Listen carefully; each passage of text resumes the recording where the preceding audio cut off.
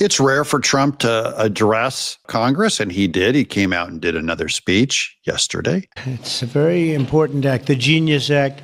They named it after me, and I want to thank you. I want to thank you.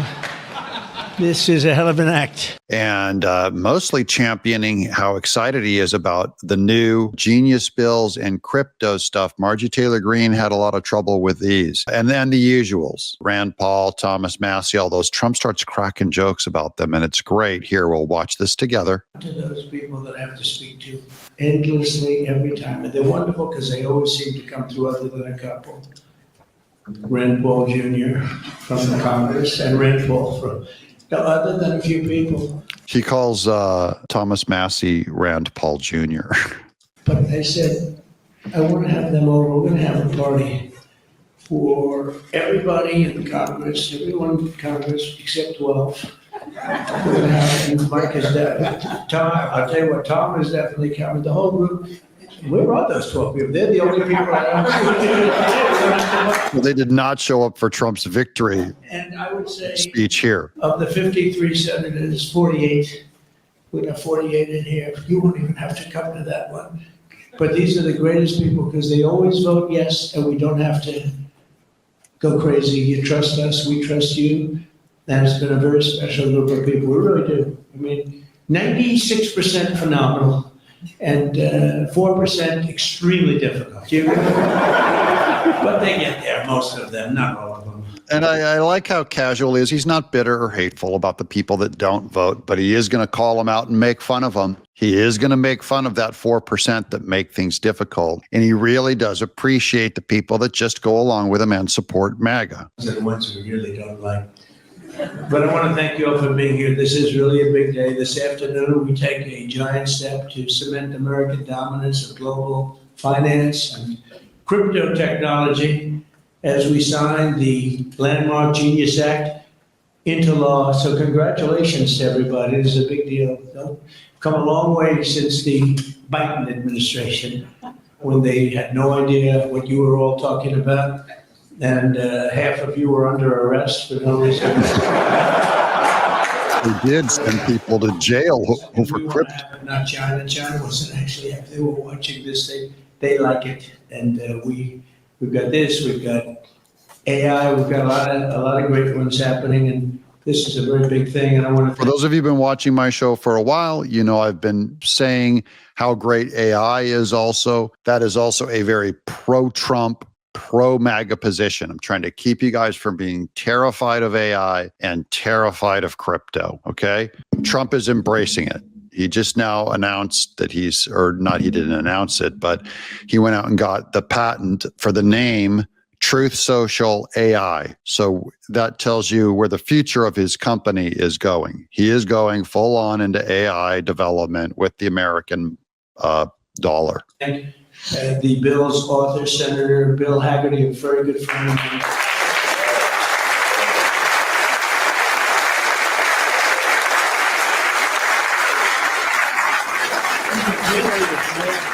He's a great guy. He's a very handsome guy. Looks great. He's got the whole package. But, I got to know him. He was ambassador to Japan. And we had a little problem with Japan on trade. But he was my ambassador to Japan. And I went to Japan, and he's speaking fluently Japanese. I said, did you learn it as a child? No, I just learned it over the last 4 or 5 months. I said, you learned Japanese? Maybe the single hardest language to learn. It's actually breathing rather than it's breathing. I'm not going to imitate it because we'll end up with a big story. I don't want that.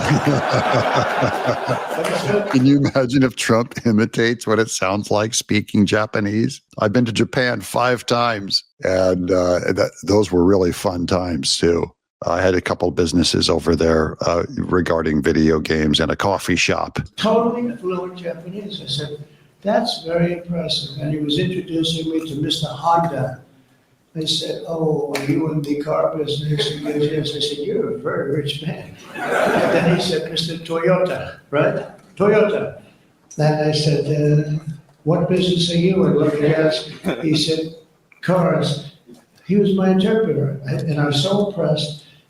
And I was getting ready to leave. He said, sir, I'd like to run for the United States Senate. I said, where are you from? He said, Tennessee. I said, well, I love Tennessee, but do they know you're there? No, but if you endorse me, I'll win, right? And I endorsed him, and he took a 48-point lead. And they didn't know who the hell he was. And he's turned out to be a great senator. And now I'm from Tennessee. It's true. So you're fantastic. It's true. Thank you. And just the fact that you're doing this and you understand this is a complicated world, and you understand it, Bill. So you've been great. Thank you very much. We're also pleased to be joined by our great Vice President, J.D. Vance. J.D.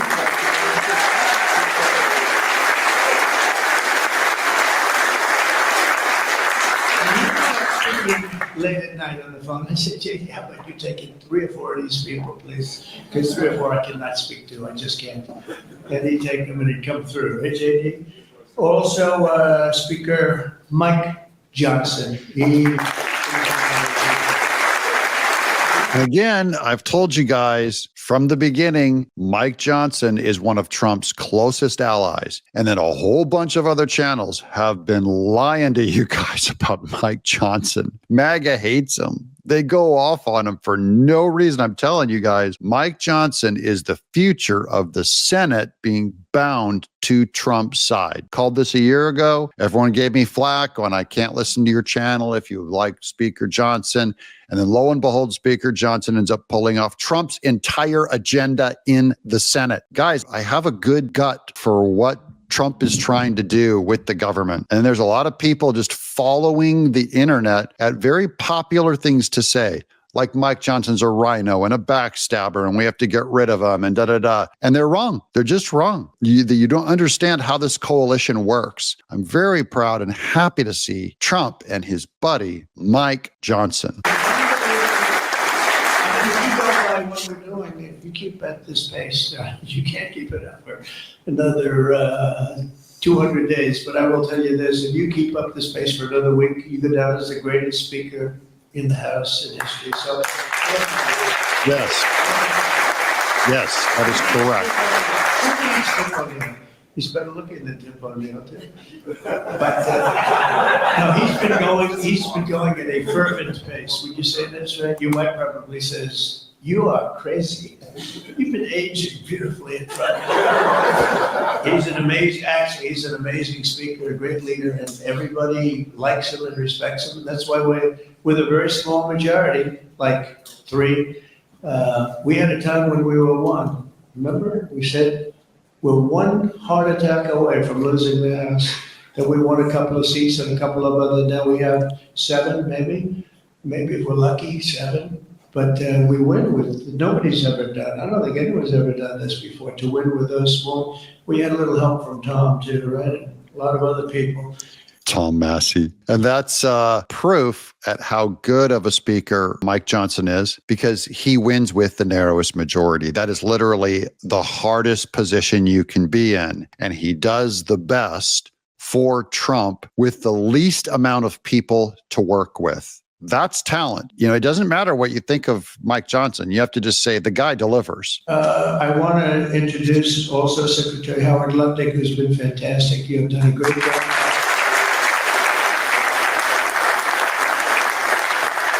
We've got trade deals coming out of our ears, right? We got so many trade deals. They're all calling so many, and I really mean this too. It's like, how do you deal with so many?